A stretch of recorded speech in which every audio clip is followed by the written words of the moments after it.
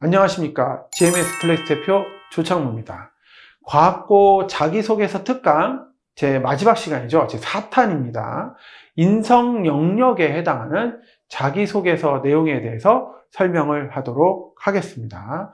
인성 영역은 보기보다 좀 쉽다고 생각하지만 자기소개서를 쓰다 보면 여러 가지 변수들이 있어서 어떻게 접근하는 게 좋을지를 한번 알아보도록 하겠습니다. 자, 내용은 이렇습니다. 보통 이제 세종과학고나 한성과학고에서는 인성 영역에 대해서 이와 같이 나타나게 되는데요. 지원자가 봉사활동, 체험활동을 포함한 배려, 나눔, 협력, 타인 존중, 규칙 준수, 소통, 능력, 리더십과 같은 덕목 중에서 구체적으로 실천한 사례를 들고 그 과정을 통해서 배우고 느낀 점을 기술하시오라고 되어져 있습니다. 자, 인성평가 항목으로 행동한 경험과 느낀 점이 모두 포함되어 있어야 합니다. 이렇게 경험과 느낀 점이 모두 포함되어져 있는 과정이 되겠습니다. 그럼 주로 어떤 방식을 쓰는지 양식을 한번 두 가지로 한번 나눠 보도록 하겠습니다.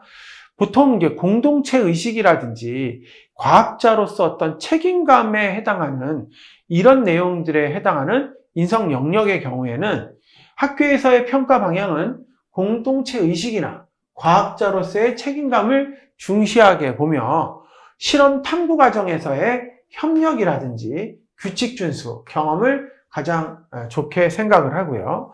봉사나 나눔도 이타성보다는 과학적 태도와 연결하는 것을 좀 강조하고 있습니다. 이런 내용들 사실 좀 약간 낯설긴 하지만 이런 내용들도 상당히 중요한 표현이 되겠습니다. 자, 그러면 공동체 의식으로서 과학자의 책임감은 봉사활동 그 자체보다는 실제 과학 탐구 상황에서 어떻게 협업했는지 협업한 경험을 좀 토대로 써주는 것을 특징적이라고 할 수가 있겠습니다. 예를 든다면 탐구 주제에서 친구와 공유하며 연구를 도운 과정에서 결과를 공유하고 실험 중 역할 분담을 어떻게 했고 규칙을 어떻게 준수했는가라고 하는 걸 중심으로 써주는 거죠. 또 책임감 있는 태도와 공동의 목표 달성을 위해서 실천한 과정이 드러나는 것이 가장 좋은 방법이 되겠습니다. 인성 영역이다 하고 얘기하니까 그냥 좋은 말만 쓰는 것이 아니라 공동체 의식이라든지 책임감, 협력에 대해서는 어떤 그 활동, 내가 봉사활동 뭐 했다가 아니라 그 과정에서 어떻게 협력했는지를 중점적으로 보는 것이 좋은 과정이 되겠습니다. 자, 두 번째는 인성과 과학적 태도 간의 연결로서 자기주도성이나 협력을 강조하는 거고요. 리더십이나 공동체의 문제 해결력, 그리고 인성과 과학적 태도 간의 연결을 중요하게 봅니다. 자, 아무래도 과학고이다 보니까 그런 내용이라고 볼 수가 있겠습니다. 그리고 과학 탐구 외에도 생활 속에서 규칙 준수라든지 타인 존중, 리더십 이런 발휘한 내용들도 긍정적으로 바라보고 있습니다. 그래서 과학 탐구 영역을 쓸 때에는 공동체 역량이라든지 책임감의 역량을 주지만 그 역량일 때에는 규칙 준수나 타인 존중, 나눔, 배려, 이런 리더십, 이런 과정들을 보는 것이 좋은 과정이 될 수가 있겠습니다. 자, 그렇다면 인성과 과학적 태도 간의 연결을 어떻게 가냐라고 봤을 때 과학적 맥락이 오른 경우는 아니더라도 어떤 협력과 배려, 리더십이 잘 드러나는 것이 좋겠죠. 예를 들어서 독서 토론을 주도하면서 친구의 학습을 도와줬거나 아니면 생활 규칙을 준수했다거나 이런 내용들이 되겠죠. 그냥 여기 제가 제일 좋은 말 썼네요. 단순한 미담이 아니고 내 역할과 실천을 통해서 주변에 어떻게 긍정적 영향을 주었냐라는 겁니다. 내가 좋은 걸 했다가 중요한 건 아니죠. 그런 게 아니라 어떤 긍정적 영향을 미쳤는가를 주의하게 보는 내용이 되겠습니다. 자, 그러면 실제 인성 영역을 썼던 사례들을 보면서 공동체 의식과 리더십이 어떻게 드러나는지를 한번 알아보도록 하겠습니다. 첫 번째 내용입니다. 학교 생활 중에서 학생회 환경팀으로 활동하며 생활 규칙과 실천 캠페인을 기획한 경험이 있습니다. 충분히 말이 되는 거죠. 학교 복도 통행 규칙이 잘 지켜지지 않고 분리수거 구역이 혼잡한 문제를 해결하기 위해서 친구들과 함께 캠페인을 열기로 했습니다. 먼저 설문지를 통해서 어떻게 해결했는지에 대한 내용이죠. 통해 편한 점, 불편한 점을 조사한 뒤에 개선점을 분리수거 동선을 만들고 안내 포스터를 제작했습니다. 이렇게 자기가 뭘 했는지를 구체적으로 써주는 겁니다. 이 친구가 뭐 했는지 금방 알 수가 있는 거죠. 그리고 점심시간마다 교내 방송을 통해 예절과 환경수칙을 알리는 캠페인을 했습니다. 자, 이렇게 하다 보니까 당연히 어떤 사람들이 뭔가 캠페인 활동에 참여하면서 잘 지켜지기 시작했겠죠. 그렇다면 공동체의식이나 리더십이 보여지는 훌륭한 예시가 되는 과정이라고 할 수가 있겠습니다. 누굴 도왔다라기보다는 리더십이나 공동체의식이 잘 보여주는 그런 과정이 되겠습니다. 자, 다음으로는 이제 프로젝트에서 책임감을 실천한 사례를 한번 보도록 하겠습니다. 자, 만약에 이제 우리가 여러 가지 경우가 있는데 책임감에 대한 부분들을 어떻게 살려냈는지 이런 것들도 저희가 학생들과 면담을 해보면 많이 나오는데요.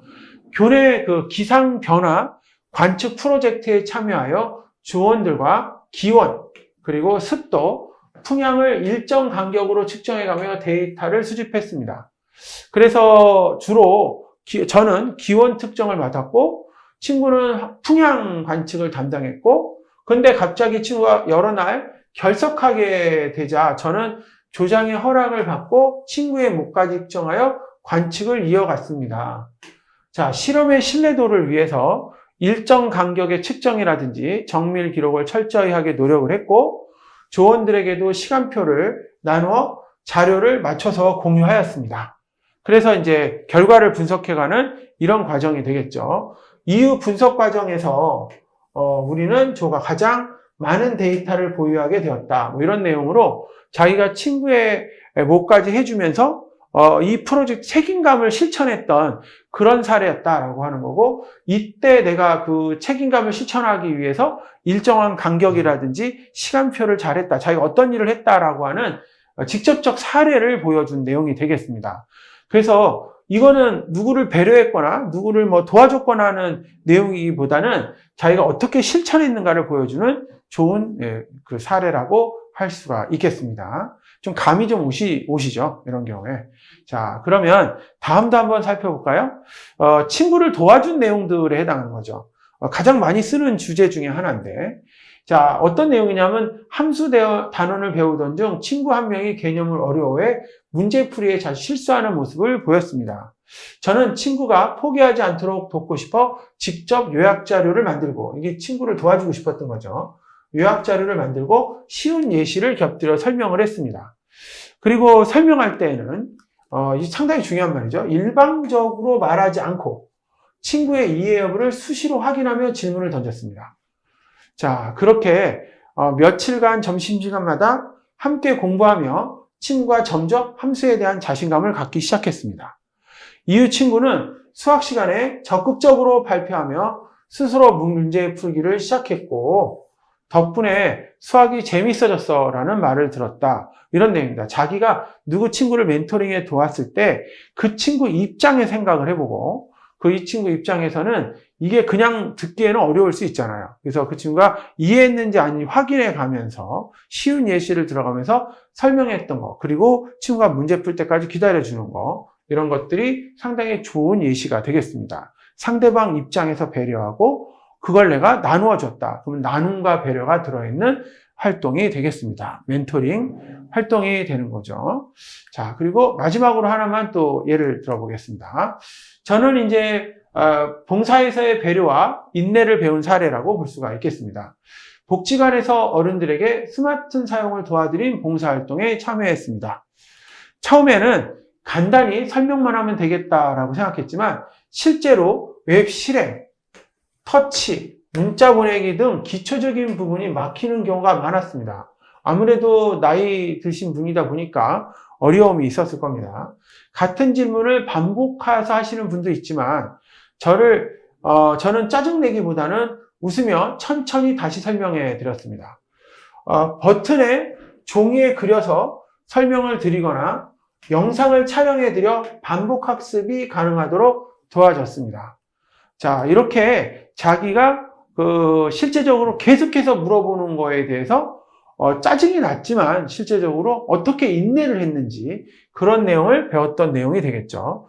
활동을 마치며 돌아오면 정말 고맙다라는 손을 꽉 잡은 어르신의 따뜻한 눈빛이 어떻게 감정적으로 좋다고 느껴졌겠죠. 이런 내용들을 가지고 우리가 이 내용의 활동을 정리할 수가 있겠습니다. 그래서 이 복지관에서 봉사활동한 거라든지 아니면 친구를 도와서 멘토링을 했던 거라든지 어떤 활동을 하면서 했던 내용들이 모두 다 포함되어지는 것이 바로 인성 영역에 해당하는 내용이 되겠습니다. 인성 영역은 꼭 어떤 선한 행동을 하는 것 외에도 자기가 어떤 공동체를 위해서 활동한 사례라든지 안 그러면 어떤 규칙을 준수했거나 아니면 배려나 나눔에 있었던 활동이라는 것이 모두 포함되어 있는 활동들을 자신의 입장에서 왜 어떤 걸 배우고 느꼈는지 활동 내역과 함께 적어주시면 됩니다. 지금 보시면 알겠지만 내가 이 내용을 읽다 보면 이 상황이 어떤지 다 그림이 그려지지 않습니까?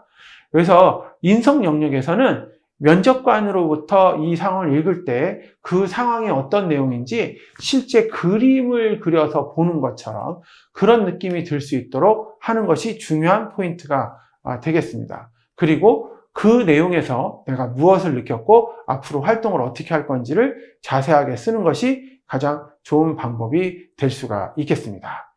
자, 여기까지 우리가 이번에 과학고 자기소개서 작성 방법을 총 특강을 4가지로 4탄까지 했는데요. 그 4탄의 마지막 시간이 되었습니다. 여기까지 시청 감사합니다.